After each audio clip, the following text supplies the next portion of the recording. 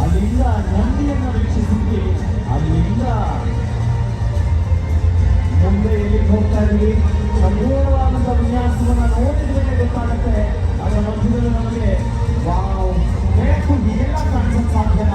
Drone ಮುಖಾಂತರ ಬರುವಂತ ಆ ಬೆಳಕಿನ ರೇಖೆಗಳು ಹೇಗೆ ಚಿತ್ತಾರವನ್ನು ಮೂಡಿಸುತ್ತೆ ಅನ್ನುವಂಥ ವಿಸ್ಮಯ ಇಲ್ಲಿ ಕಾಣ್ತಾ ಇದೆ.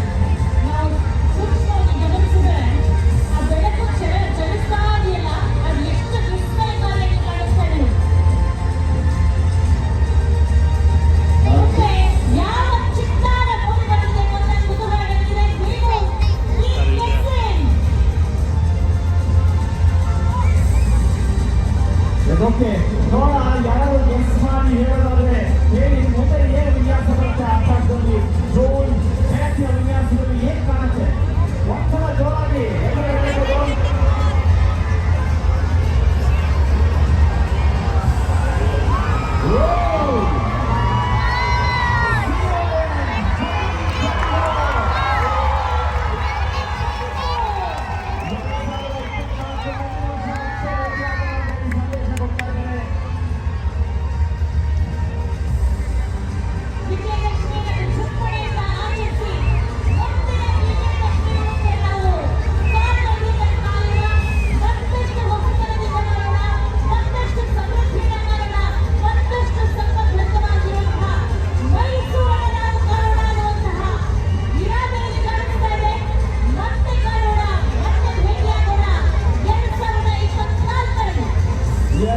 ಮತ್ತು ಗೋಚರದ ಇದನ್ನು ಕೂಡ ಧನ್ಯವಾದಗಳನ್ನು ತಿಳಿಸ್ತಾ ನಮ್ಮೆಲ್ಲರ ದೃಷ್ಟಿ ಆಕಾಶದ ಕಡೆಗೆ ಇತ್ತು.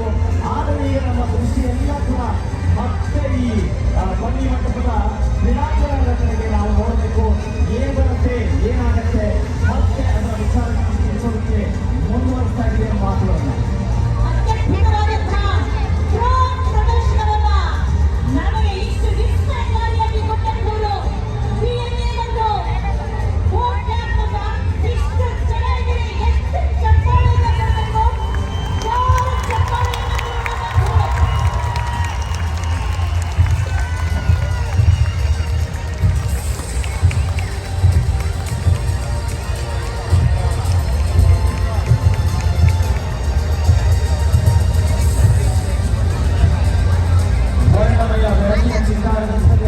ನಮ್ಮ ಮನಸ್ಸನ್ನು ಕೂಡ ವರ್ಣಮಯಗೊಳಿಸಿದ್ದು ಅದು DNA ಮತ್ತು ಇಬ್ಬರಿಗೂ ಕೂಡ ಧನ್ಯವಾದಗಳು. ಸಾಮಾನ್ಯವಾಗಿ ನೈಸರ್ಗಿಕವಾಗಿ ನಾವು ಬೆಳಕಿನ ಹೊತ್ತಿನಲ್ಲಿ ಅಥವಾ ಮಳೆ ಬಂದು ಬಿಸಿಲು ಬಂದಾಗ ಕಾಮನಬಿಲ್ಲನ್ನು ನೋಡ್ತೇವೆ, ಅಥವಾ ರಾತ್ರಿ ಹೊತ್ತಿನಲ್ಲಿ ನಕ್ಷತ್ರಗಳನ್ನು ನೋಡ್ತೇವೆ, ಕೆಲವೊಂದ್ಸಲ ಸೂರ್ಯ ಚಂದ್ರ ಹತ್ರ ಬರುವುದನ್ನು ನೋಡ್ತೇವೆ. ಆದರೆ ಇಲ್ಲಿ ಕೃತಕವಾದಂತಹ ಒಂದು ಸಾಹಸ ನಿಜವಾಗ್ಲೂ ವಿಶೇಷವಾಗಿದೆ.